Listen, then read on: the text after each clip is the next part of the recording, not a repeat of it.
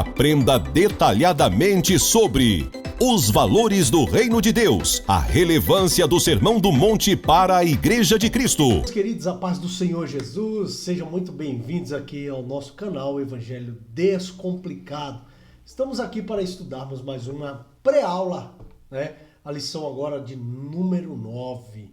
E você que está passando por aqui, se ainda não me conhece, eu sou o presbítero Severiano e nós estamos aqui lotados na Assembleia de Deus, na Igreja Ministério Jardim Santo André, e estamos ali debaixo das bênçãos do nosso pastor Adarlan. Tá bom, queridos? Sejam muito bem-vindos. Se não é inscrito no nosso canal, já se inscreva. E nós estamos aqui para mais uma pré-aula. Amém? A revista que nós estamos estudando é essa daqui que já vai aparecer na sua tela, tá? Os valores do Reino de Deus, a relevância do Sermão do Monte para a Igreja de Cristo. Tá bom, querido? E o tema da lição de hoje, esse aqui, ó, lição de número 9, tá? Orando e jejuando como Jesus orou. E aí, você tem orado, você tem jejuado? Qual que tem sido o teu procedimento na caminhada, né, de Cristo? Como que está o teu proceder aí diante do Evangelho?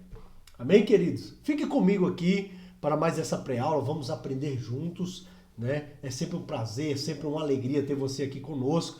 E o intuito deste canal é fazer com que você cresça espiritualmente e também intelectualmente na palavra de Deus. A palavra de Deus é o que nos guia, a palavra de Deus é que nos ensina, né? Se você é um lecionador da escola dominical, com certeza você tem sido uma bênção aí na tua congregação, né? E para aprendermos mais sobre a palavra de Deus, a escola dominical é uma bênção. Se na tua igreja ainda não tem escola dominical, não fique triste, continue estudando, continue praticando a palavra de Deus, né? E você vai crescer com certeza, né? Ricamente através da palavra de Deus, tá bom, querido? Seja muito bem-vindo a esta pré-aula. Sem delongas, né? Nosso intuito aqui é a palavra. Vamos partir aí para a lição, de posse sempre da lição e também da tua Bíblia. Amém, querido?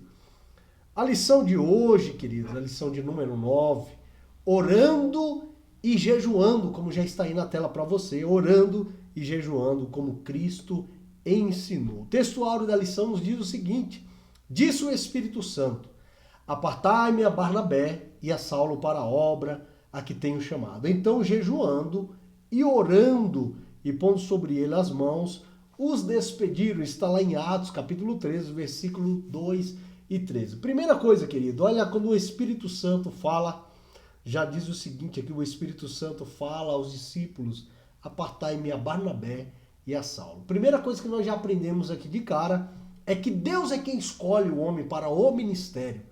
É Deus quem escolhe, é Deus quem capacita. E olha a importância da oração. O Espírito Santo fala para aqueles discípulos que era necessário apartar, ou seja, separar para um ministério agora, para a obra de Deus, a Saulo e a Barnabé, né? A obra a qual os tenho chamado. Então veja só, Deus já tinha preparado ali, né, uma obra específica para Barnabé e para Saulo. Nós sabemos que os apóstolos de Jerusalém ficaram responsáveis para pregar o evangelho aos judeus em Jerusalém, mas Deus levanta ali Saulo e Barnabé. Então nós já podemos perceber, queridos, que Deus tem um propósito específico na vida de cada um, né? Então, com certeza, Deus também tem uma obra riquíssima a realizar através da tua vida. Seja uma bênção na obra de Deus. A verdade prática nos diz o seguinte: a oração e o jejum são disciplinas espirituais que potencializam sensivelmente a vida piedosa do crente. Querido, nós já sabemos que a nossa vida ela deve ser regada de oração. A oração é o diálogo entre o homem e Deus. Então, o crente deve levar uma vida de oração, uma vida de consagração diante de Deus, né? Através das orações é que nós vamos poder ter uma vida mais elevada espiritualmente. Não tem como o crente andar, né, firme, né, querido, intensamente na presença de Deus se não tiver ali uma mescla entre palavra, você estuda, examinando sempre as Escrituras, e também sem oração. Nós devemos andar com essas duas coisas. A leitura bíblica em classe, a leitura a qual nós não vamos fazer aqui, lembrando sempre que aqui é uma pré-aula e nós vamos resumir o máximo possível. O nome do canal é Evangelho Descomplicado, querido. A intenção aqui é simplificar ao máximo, destrinchar ao máximo a palavra de Deus para que você possa entender de uma maneira simplificada, né, e objetiva. Então nós não vamos fazer a leitura bíblica em classe, primeiro que é uma leitura extensa, né, e é necessário fazer esse em classe, tá? A leitura bíblica em classe está em Mateus capítulo 6, versículo 15 ao 18, tá bom? Vamos aí já para a introdução, querido. A introdução nos diz o seguinte, acompanhe comigo na lição. Nesta lição, aprenderemos acerca da oração conforme ensinada por Jesus Cristo, bem como as lições espirituais do jejum. O Divino Salvador nos assegura que orando e jejuando ao Pai, em secreto, ele não estará indiferente às aspirações da alma, isto é, às nossas orações. Contudo, é imprescindível que a oração e o jejum sejam realizados de maneira que Jesus ensinou. Por isso, estudaremos o modelo verdadeiro de oração e jejum ensinado pelo Senhor Jesus num sermão do monte. Bom, mas Jesus ensinou a orar? Nós sabemos que sim, querido, né? E tem a maneira certa de orar? Nós vamos aprender nessa lição qual que é a maneira certa, né? De que maneira nós devemos orar ao Pai, tá bom? Fique comigo que essa aula é enriquecedora. Vamos já ir objetivamente para o tópico 1. Eu já vou colocar aqui na tela para que possamos meditar. Se você não estiver com a lição nas tuas mãos aí, acompanhe comigo. A oração é um diálogo com o Pai. Né? O subtópico 1 nos diz o seguinte. Subtópico 1. Vou colocar na tela para você aqui. Subtópico 1. A natureza da oração. Vamos ler aqui rapidamente. Podemos dizer que a oração é o diálogo da alma com Deus, a qual aparece na Bíblia Sagrada em diversas formas, né, com confissão, ou como confissão. Adoração, comunhão, ações de graças, feito de modelo, né, belo por Miriam, Débora, Davi. Né? No Novo Testamento, Paulo exortou os cristãos a fazerem sempre esse tipo de oração. Então, queridos, quais são os efeitos da oração? Né? Primeiro que lá em Filipenses, capítulo 4, versículo 6, né, o apóstolo Paulo diz o seguinte, não estejais inquietos por coisa alguma, antes as vossas petições sejam em tudo, né, conhecidas diante de Deus com ações de graça. Então, nós já aprendemos que as orações ela devem ser acompanhadas de ações de graça. Né? Eu até costumo dizer que crente gosta de pedir, mas nós também, queridos, devemos sempre agradecer a Deus por aquilo que Ele tem feito nas nossas vidas. Você tem agradecido ao Senhor ou nas tuas orações é só petição? Né? Então, devemos em tudo, né, fazer com que as nossas orações sejam reconhecidas diante de Deus, mas também com orações de graça. Não apenas petições, mas também com orações de graça. Ações de graça. Lá em Colossenses também, no capítulo 4, versículo 2, diz o seguinte, perseverar em oração, velando nela com ações de graça. E em Efésios também, capítulo 5, versículo 20, né, diz o seguinte, dando sempre graças por tudo a nosso Deus e Pai, em nome do nosso Senhor Jesus Cristo, sujeitando-vos uns aos outros no temor de Deus. Tá bom, querido? Então, devemos aprender que sempre a nossa oração não é sempre acompanhada de petições, mas também com ações de graça. Tá bom? No Novo Testamento, Paulo exortou os cristãos a fazerem sempre esse tipo de oração, pelo exposto em primeiro lugar, o que deve marcar prioritariamente nossas orações é a busca da glorificação do Pai. Lembrando sempre que tudo que nós fazemos, né, ou quer que façamos, devemos sempre em tudo dar graças a Deus e tudo que fizermos que seja para a glorificação do Senhor. Na lição passada, nós aprendemos que em tudo na nossa vida, né, nós devemos glorificar ao Senhor. Isso nós aprendemos na lição passada. Mas também devemos pedir, suplicar e perseverar em nosso pedido, como Daniel e a mulher Cirofenícia fizeram. A resposta de Deus para quem busca incessantemente, conforme o apóstolo Paulo nos incentiva a fazer Isso está em Efésios capítulo 6, versículo 18. Depois você pode estar lendo na tua Bíblia aí. Finalmente, podemos ainda pontuar a oração intercessora, né? Como o exemplo de Samuel. Bem como também o da igreja primitiva, né? Está lá em Atos 12, capítulo 12, versículo 5. Quando os irmãos ainda estavam orando por Pedro. Pedro estava preso e os irmãos estavam perseverando ali em oração. E de repente alguém bate na porta e diz, olha, Pedro está aí na porta. E os irmãos começam ali, né? Mas como que pode? Pedro está preso. Ora, bolas, mas eles não estavam orando para que Deus agisse na causa de Pedro? Então, queridos, as nossas orações sejam reconhecidas diante de Deus. E devemos orar sempre com fé, né? A fé é que faz, né? É o cenário perfeito para que Deus venha realizar as nossas petições diante das nossas orações, tá bom? Vamos aí agora, querido, para o subtópico 2. Subtópico 2. Como os homens de Deus viam a oração? A Bíblia nos incentiva a orar porque há poder nesse maravilhoso recurso espiritual, o qual não podemos desprezar. Logo que lemos a Bíblia, percebemos que a oração é apresentada como uma ordem, né? Está em Lucas 18, depois você pode ler também aí na tua Bíblia, né? No Antigo Testamento, por exemplo, Esdras via a oração como um recurso mais poderoso que o exército do rei Artaxerxes. Nós vamos ver que a Bíblia está repleta, né, de orações, né? E Deus, ele é um Deus que ouve as nossas orações, né? Me marca muito a oração que que Salomão fez a Deus quando construiu o templo, que Salomão pede ali para que Deus habite naquele lugar.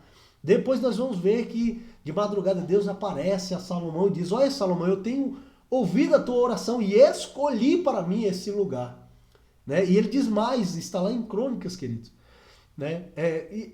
Se o meu povo que se chama pelo meu nome se humilhar e orar, olha, se humilhar e orar, veja o potencial da oração. Se o povo que se chama pelo meu nome se humilhar e orar e se arrepender dos seus maus caminhos, então eu ouvirei do céu. Então a oração, ela deve ser sincera, verdadeira, né? E nós vamos aprender mais aqui sobre a oração, né? A oração, ela tem que ser incisiva, né? Deus tem que entender a tua oração, né? Porque muitas vezes nós nem sabemos pedir, nem sabemos orar. Amém, querido? No Antigo Testamento, por exemplo, Esdras, né, via a oração como um recurso mais poderoso que o exército do rei Artaxerxes. No Novo Testamento, o Senhor Jesus tinha a oração como tão necessária quanto o sono, né, e o alimento. E os apóstolos também perseveraram em oração. Podemos também citar também Daniel. A Bíblia fala que quando os inimigos de Daniel estavam ali preparando para ele uma armadilha, o que Daniel estava fazendo? Daniel estava orando. Então, querido, o que nos aproxima de Deus é a oração. Oração é um diálogo, é uma conversa entre duas pessoas. Você tem orado, você tem buscado a presença de Deus, né? Através da oração é que Deus vai abençoar o teu ministério. Através da oração, Deus vai abençoar a tua família. Deus vai abençoar o teu trabalho, mas é necessário comunhão. E comunhão, ela vem através da oração. Tá bom? Vamos aí para o subtópico 3, meus amados. Acompanhe comigo o subtópico 3. A maneira de orar. Como eu já disse lá no início, né, é uma interrogação aí. Há uma maneira certa de orar? Vamos aprender. A Bíblia nos ensina aí a maneira certa de orar no subtópico 3. A Bíblia nos ensina que a oração tem um interlocutor direto. Portanto, vós orareis assim: Pai nosso que estás no céu, santificado seja o teu nome. Por isso, não podemos orar de qualquer maneira. É preciso ter a mesma atitude dos discípulos a respeito da forma de orar. Senhor, ensina-nos a orar. Os discípulos viam Jesus ali fazendo os milagres, né? Às vezes ele vinha e resolvia a situação, né? A maioria, né, das vezes Jesus sempre agia ali de prontidão. E tudo aquilo era fruto da oração. Era uma comunhão que Jesus tinha com o Pai. E os discípulos vendo aquilo, eles dizem: Senhor, ensina-nos a orar. De que maneira nós devemos orar? Né? Mas Jesus diz: quando orares, orareis assim: Pai nosso que estás no céu. E ele ensina aquela oração que você já sabe. A palavra de Deus nos ensina a respeito da maneira de orar, né? A que a oração deve ser dirigida? A oração deve ser dirigida a Deus Pai, em nome do Filho, Jesus Cristo, né? E aí nós temos também a parte B, a postura do corpo na oração. Tem a maneira certa de orar, de que maneira postural tem a ver com o nosso comportamento, né, corporal, né? Não há uma exigência específica na Bíblia, né? Não há uma exigência específica na Bíblia a respeito da postura do crente no ato da oração, pois as Escrituras revelam formas diversas de orar, em pé, deitado, prostrado, assentado, andando de joelhos, com as mãos estendidas e etc. Há denominações aí que eles impõem a maneira correta de orar, né, corporalmente falando. Mas, querido, não adianta nada nós estarmos prostrados corporalmente falando, né, e o nosso coração não está prostrado diante de Deus. Nós podemos ver também lá no livro de Isaías, né, Deus corrigindo a nação, né, Deus ali falando que está cansado da maneira que eles adoravam a Deus. E Deus até chega a dizer, olha, quando vocês estendem as mãos, eu viro as costas. Porque vocês me adoram com os lábios, com as mãos, mas o coração está diante de mim. Então, querido, o nosso coração deve estar prostrado diante de Deus. A Bíblia diz que Deus rejeita o soberbo, né? Deus abomina o soberbo, mas ama aquele que é humilde, né? Então nós devemos sempre nos dirigir a Deus com humildade, com gratidão, coração quebrantado. É isso que Deus requer de nós, né? Deus não requer de nós a nossa aparência, o nosso comportamento aparente, mas sim o comportamento do nosso coração. De que maneira nós estamos diante de Deus, espiritualmente falando, né? Então, queridos, aí nós podemos também aí partir para a parte C, né? O horário da oração. Tem um horário para orar, irmão Severiano? É o que nós vamos ver também aqui na lição, querido. Ter um horário regular para falar com Deus é bíblico e bom, né? Mas a Bíblia também diz que devemos orar sempre. Então, querido, nós no nosso dia a dia, lá no nosso trabalho, por onde quer que nós estejamos, o nosso coração deve estar sempre voltado para Deus, né? Nós não devemos apenas orar somente na igreja. A nossa vida ela deve ser de constante oração, né? Deve ser de constante oração. É no ônibus, é no trabalho, né? É na hora de dormir, é na hora de se alimentar. Então nós devemos estar em constante oração. Mas se você puder ali ter sempre um horário certinho para que você possa buscar a presença de Deus, direcionar as tuas palavras a Deus, isso é benéfico, tá bom? O lugar da oração. Jesus disse que podemos orar secretamente em nosso aposento e no outro lugar solitário. A ideia é de intimidade, de momentos a sós com Deus. O apóstolo Paulo diz que podemos orar em todo lugar, mas a oração, como já está dizendo aí, é um diálogo. Nós já estamos aprendendo aqui que a oração é um diálogo entre duas pessoas. E nada melhor para conversar, uma conversa, um bate-papo legal, né, digamos assim, de uma conversa de intimidade, se não for num lugar secreto, né, num lugar a sós. Então Jesus nos ensina que quando orarmos, devemos ali fechar a porta do nosso quarto. E o nosso Deus que nos vê em secreto, né, vai ali também depois responder, vai nos honrar publicamente. Então nós devemos, aquilo que nós fazemos, querido, não devemos fazer aparentemente. Como nós aprendemos na lição passada, nós não somos, né, artistas, nós não estamos interpretando um papel.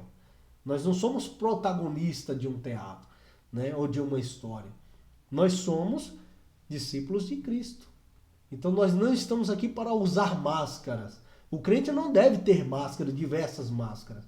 Ele é servo de Cristo, onde quer que ele esteja. E eu posso citar também Daniel. Daniel estava na Babilônia e ele estava num lugar estranho, numa nação idólatra. Mas a Bíblia diz que Deus assentou-se no coração de Daniel. Ele resolveu no seu coração não se contaminar, né? Então ali Daniel fazia as suas orações, a sua devoção a Deus. Então, querido, não importa o lugar, o que importa é que você deve estar sempre ligado no trono da majestade. Aleluia. Também não podemos ver aí também o E, né? O decoro da oração. O decoro diz respeito à sinceridade, decência, né? Reverência no ato de orar. Até mesmo, querido, porque quando nós colocamos no nosso coração, tiramos ali um momento para orar, nós não estamos diante de qualquer pessoa, né? Nós podemos ver que quando alguém vai numa audiência diante do juiz, ele não pode ir de qualquer maneira. Ele tem que ir decentemente. Alguém quando vai falar com o presidente da república, ou com o vereador, o prefeito, ele vai procurar ir da melhor maneira possível. E nós não somos diferentes, querido. Quando nós nos prostramos para orar, quando nós colocamos o nosso coração dispostos em oração, nós estamos diante do Todo-Poderoso, o Deus verdadeiro, o Deus que fez todas as coisas. Então nós devemos ter sempre reverência diante de Deus, tá bom? E temos aí também a parte F, o estado do coração na oração. Se o coração estiver transformado e cheio da palavra de Deus, nossa oração será ouvida. Então, perceba, querido. Perceba que o coração inclinado, quebrantado diante de Deus é mais importante do que o lugar, é mais importante do que a nossa postura corporal, né? Então, em primeiro lugar, nós devemos ter um coração sincero diante de Deus. Amém? Tá gostando dessa pré-aula, querido? Então, já se inscreva aí no nosso canal e já deixa aquele like. Compartilha aí esse vídeo, essa pré-aula com mais pessoas, tá bom? Abençoe também os nossos irmãos. Vamos aí agora para o tópico 2. O tópico 2, a oração que Jesus ensinou. Então, querido, nós sabemos que Jesus é o nosso professor, ele é o nosso mestre por excelência, né? Nada melhor, né? Não há pessoa melhor para aprendermos a ser servo, a ser um obreiro na casa de Deus, a ter um ministério abençoado do que o próprio Jesus, né? Então, vamos aí para o subtópico 1, queridos. Subtópico 1, acompanhe aí na tua lição. Jesus não condenou a oração em público. No texto bíblico em estudo, o Senhor Jesus não condenou a oração pública, visto que, pelo aspecto bíblico, ela é aceitável e recomendada. O que Jesus condena é a oração, quer individual, quer coletiva, dominada pelo espírito de exibição, ostentação, cuja intenção do orador é ser visto e louvado pelos homens, o que os hipócritas fariseus buscavam. O cristão transformado por Jesus anda em sinceridade com Cristo, não busca glória para si e age com humildade. Então nós podemos ver, eu acho isso maravilhoso, querido, nós vamos ver sempre, eu até costumo dizer que todas as vezes que nós vemos Jesus chateado, e podemos ver que quando nós vemos aí Jesus bravo, muitas vezes com palavras duras, ele pode observar que ele está sempre se dirigindo aos fariseus. Porque eram homens conhecedores da palavra. Eram homens responsáveis por transmitir, né, as leis de Deus. Mas eram homens hipócritas. Eles não faziam conforme aquilo que eles ensinavam, né? E o intuito era sempre trazer para si glória, reconhecimento dos homens. Eles gostavam, né? Então Jesus chamava a atenção deles, chamava eles de hipócritas, né? Por fora são lindos e belos, mas por dentro é podridão, porque eram homens hipócritas. Pregavam uma coisa e não falavam. E é triste, querido, nós vemos que hoje há pessoas desse tipo. E nós não podemos ser dessa maneira. Pessoas hipócritas. Tem pessoas que é crente na igreja, mas em casa, né, o comportamento é totalmente diferente, né? Então nós devemos ser sempre homens íntegros diante de Deus, onde quer que esteja, né? Então nós podemos ver até mesmo esse mal nos púlpitos, né? Homens que dão mau testemunhos, né? Então, querido, eu não vou me aprofundar muito nisso porque eu não quero chatear muitas pessoas, mas nós devemos sempre ser homens íntegros, porque Jesus é o nosso mestre, somos cristãos, fazemos parte do reino de Deus. Os valores do reino de Deus, é o que nós estamos estudando, né? Os valores do Sermão do Monte para a Igreja de Cristo. Então, nós estamos aqui para aprender sobre o caráter de Deus, o caráter de Cristo. Tá bom? Vamos aí para o subtópico 2. Subtópico 2, vou pôr na tela aqui, querido. Jesus quer que sejamos discretos, né? As expressões entra no teu aposento e fechando a tua porta não significam que devemos ter um quarto só para a oração. É claro que podemos fazer de algum cômodo de nossa casa, um local particular para falarmos com o Pai. Isso é maravilhoso. Contudo, no ensino de Cristo, em Mateus capítulo 6, versículos 5 e 6, você pode conferir depois, anote aí, sua ênfase não é o lugar, mas a atitude de quem ora. Esse lugar secreto traz o sentido de que quem tem a mente, o coração transformado, orará a Deus de modo humilde, sincero, sem buscar aplausos dos homens. Então, queridos, é o que nós podemos ver muitas vezes aí, o show gospel, né? Infelizmente, muitos não buscam glorificar o nome de Deus. Eu não estou aqui para julgar nem condenar ninguém, até mesmo porque eu não sou juiz, né? Mas pessoas buscando o reconhecimento do homem. Jesus fala que essas pessoas, né, isso serve para mim também, tá? A pessoa que age dessa maneira já tem o seu galardão, ela já tem o seu reconhecimento. Mas o verdadeiro reconhecimento não vem do homem. Nós estamos aqui para agradar o homem, não estamos aqui para ser reconhecidos, porque o próprio Jesus nos ensina que aquele que quiser ser o maior, seja o menor, aquele que quiser servido, sirva primeiro. Então nós não estamos aqui para ser reconhecidos e nem aplaudidos, né? Então, eu acho interessante quando Paulo diz que se eu prego o evangelho, que glória tenho nisso? Se eu quiser me gloriar, que me glorie. Se você quiser se gloriar, se glorie na cruz de Cristo, né? A glória não é nossa, a glória é de Deus. A tua vida, o teu ministério tem que glorificar ao nome do Senhor. Amém, querido? Esse lugar secreto é o sentido de quem tem a mente e o coração transformado, orar a Deus de modo humilde e sincero, né? Sem buscar aplauso dos homens. Para os cristãos, ou para o cristão, o lugar secreto é visto como o especial a fim de se afastar do mundo e estar sozinho com Deus. Isso é uma maravilha. Ele sabe que a sua recompensa não vem dos homens, mas do Pai que está nos céus. Pense sobre isso. O nosso reconhecimento vem de Deus, querido. É Deus que nos abençoa. É Deus que abençoa o teu ministério. É Deus que abençoa a tua casa, a tua família, o teu casamento. É Deus. Se você louva, é uma bênção, saiba que você é assim por causa da presença de Deus. Se um dia você perder a presença de Deus, se Deus deixar de agir através da tua vida, acabou, né? Então nós devemos ser dependentes de Deus e sempre dar ordem, sempre dar glórias a Deus. A glória é quem é de direito.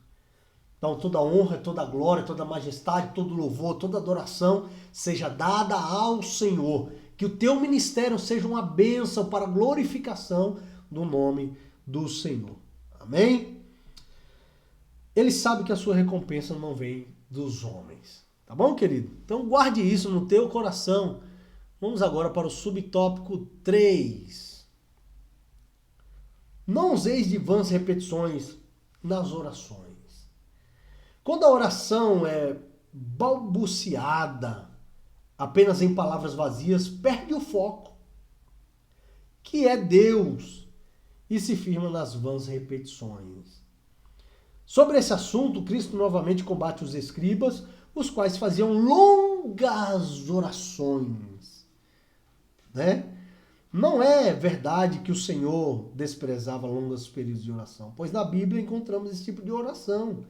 Mas o que ele contraria é que a atitude de alguém achar que tanto mais fizer barulho, Deus ouvirá, né? Esse procedimento era peculiar dos pagãos, como bem se observa no caso dos profetas de Baal, né? Eles ficaram ali pulando, gritando, clamando, e uns se cortavam, faziam uma bagunça terrível, bagunçaram ali o altar e não aconteceu foi nada, né?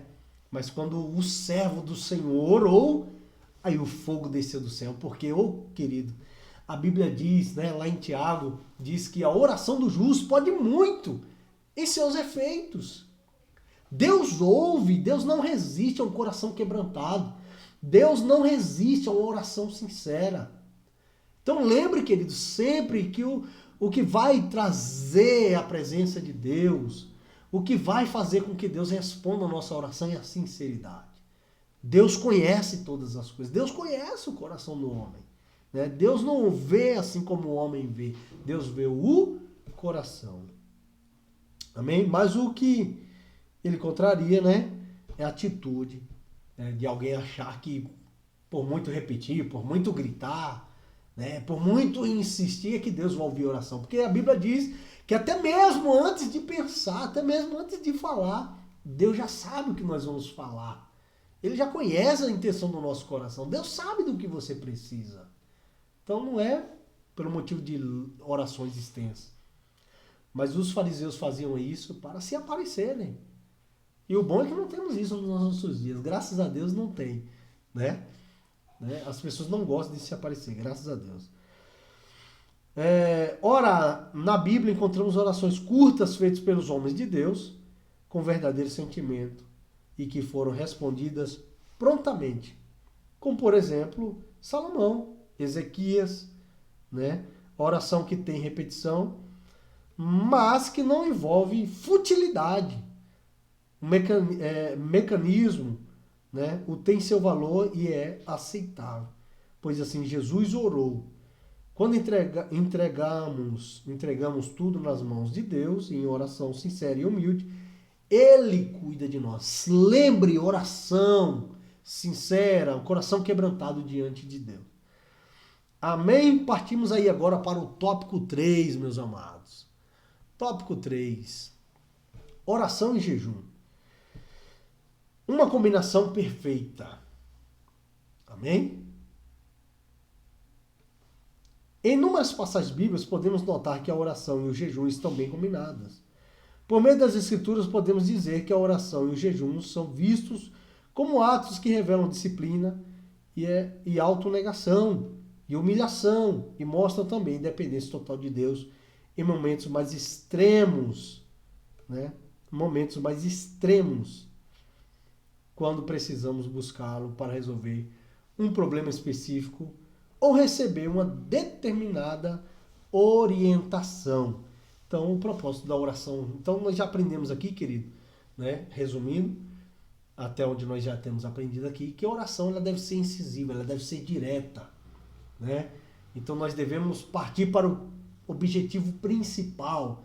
Não é pelo fato de ficarmos repetindo a oração, pedindo várias vezes, é que Deus vai nos responder. Porque Deus, ele não é nécio. Deus, ele é conhecedor de todas as coisas. É um Deus onisciente, um Deus onipresente, um Deus onipotente, que tudo vê, que tudo ouve, que está em todos os lugares e Ele está atento às nossas orações. Amém? Vamos para o subtópico 2. Subtópico 2. O aspecto bíblico sobre o jejum. Na Bíblia, há 3 eventos que caracterizam a necessidade do jejum. O ato de humilhar-se, que por meio da confissão acontecia por causa da tristeza do pecado. E o da lamentação fosse por causa de um mal sofrido, fosse por alguma praga, né? Uma derrota sofrida em uma batalha ou uma ameaça. E o evento espiritual de grande concentração de fiéis, como o caso do envio de missionários e a escolha de homens para a obra. Né? Então, quando vamos enviar alguém, né, separar alguém para um ministério, ali a oração dos irmãos, né, na congregação, com imposição de mãos, né, sobre esta pessoa, e ali depois ela será enviada para fazer a obra de Deus. E o evento espiritual de grande concentração de fiéis. Pela lei mosaica havia um jejum anual no dia da expiação. Essa prática se multiplicou em diversas formas. né? Do nascer do pôr do sol, jejum de 7 dias, de 3 semanas, de 40 dias, nos meses 5º e 7º. Diante disso, os judeus decidiram jejuar 2 vezes por semana, o que se tornou uma prática degenerada por causa do orgulho. Aí que está o problema, querido. Como no caso dos fariseus. Entretanto, o Senhor Jesus não estabeleceu dias fixos sobre o jejum. Ele jejuou de modo espontâneo, tendo como objetivo principal estar mais preparado e sensível à missão para a qual foi enviada pelo Pai, né? Mais por mera tradição, jamais por mera tradição. Então, a oração é uma ferramenta do cristão, né? Nós estamos em guerra, estamos em batalha. Nas guerras seculares, né, entre nações aí, nós vamos ver armas sendo usadas. Canhões, né, bazuca, mísseis, metralhadora, fuzil, né, pistolas. Mas na vida do crente é diferente. A nossa ferramenta é muito mais poderosa. Nós temos a ferramenta que o mundo não tem, que exército nenhum tem, que é a oração, é a comunhão com o Pai. Então, querida, a oração é a ferramenta mais poderosa, né, que o cristão pode ter. No texto de Mateus, capítulo 6, versículos 16 a 18, o ensino do jejum também é a respeito da humildade, né, e discrição da prática. Para jejuar não é preciso desfigurar o rosto. Isso é interessante, ostentar a espiritualidade, pois nosso Senhor ensina, unge a cabeça e lava o rosto. Assim como a oferta e a oração, o jejum não pode ser usado para atrair os olhares humanos, pois trata-se de uma prática piedosa diante do Pai. Toda prática verdadeiramente piedosa busca a glória de Deus. Nós estamos cansados de ver pessoas dizer, irmão, eu estou fazendo aí um jejum de 40 dias, né? Eu estou subindo no monte, Deus está ouvindo a minha oração, né? Então, essa pessoa já tem o seu galardão, né? Ou aparenta triste, semblante decaído, né? Para que as pessoas olhem para ele e vejam ali, né? Esse homem está orando, está jejuando, está cheio do Espírito Santo de Deus. Isso é aparência, isso não glorifica a Deus. O que glorifica a Deus é a humildade. Amém? Deus conhece você, Deus ele sabe do que você precisa. E você não precisa de exaltação do homem. Tá bom, querido? Deixa eu ver onde nós paramos aqui.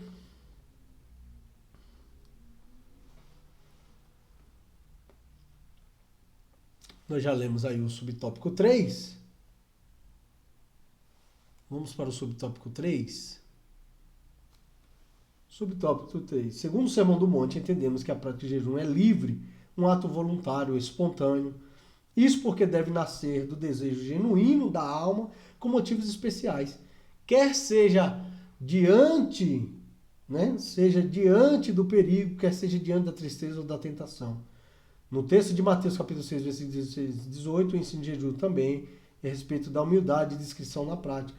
Para jejuar não é preciso desfigurar o rosto e ostentar a espiritualidade. Nós já lemos isso aqui, né, querido? Me perdoe aí, mas cabe ressaltar, né? Assim como a oferta e a oração, o jejum não pode ser usado para atrair os olhares humanos, pois trata-se de uma prática piedosa diante do Pai. Toda prática verdadeiramente piedosa busca a glória de Deus. Amém? Sendo assim dito isso, vamos partir para a conclusão. Acompanhei na tua lição. A conclusão nos diz o seguinte: o cristão que conhece a palavra de Deus sabe da importância da oração e do jejum como exercícios espirituais. Está em 1ª Epístola de Paulo a Timóteo, capítulo 4, versículo 8. Pela prática de ambos, o crente estará mais sensível ao Espírito Santo. Então, aqui está o objetivo do jejum e o objetivo da oração, né? Abrir mão de algumas coisas que nós gostamos, abrir mão até mesmo de nós próprios, né? De muitas coisas daquilo que nós gostamos de fazer no dia a dia, para nos aproximarmos de Deus. E, consequentemente, isso vai fazer de você mais sensível à presença de Deus, né? O Espírito Santo, de modo que sua realização traz constantes benefícios para a nossa vida espiritual, especialmente diante de um mundo materialista, né, e utilitarista.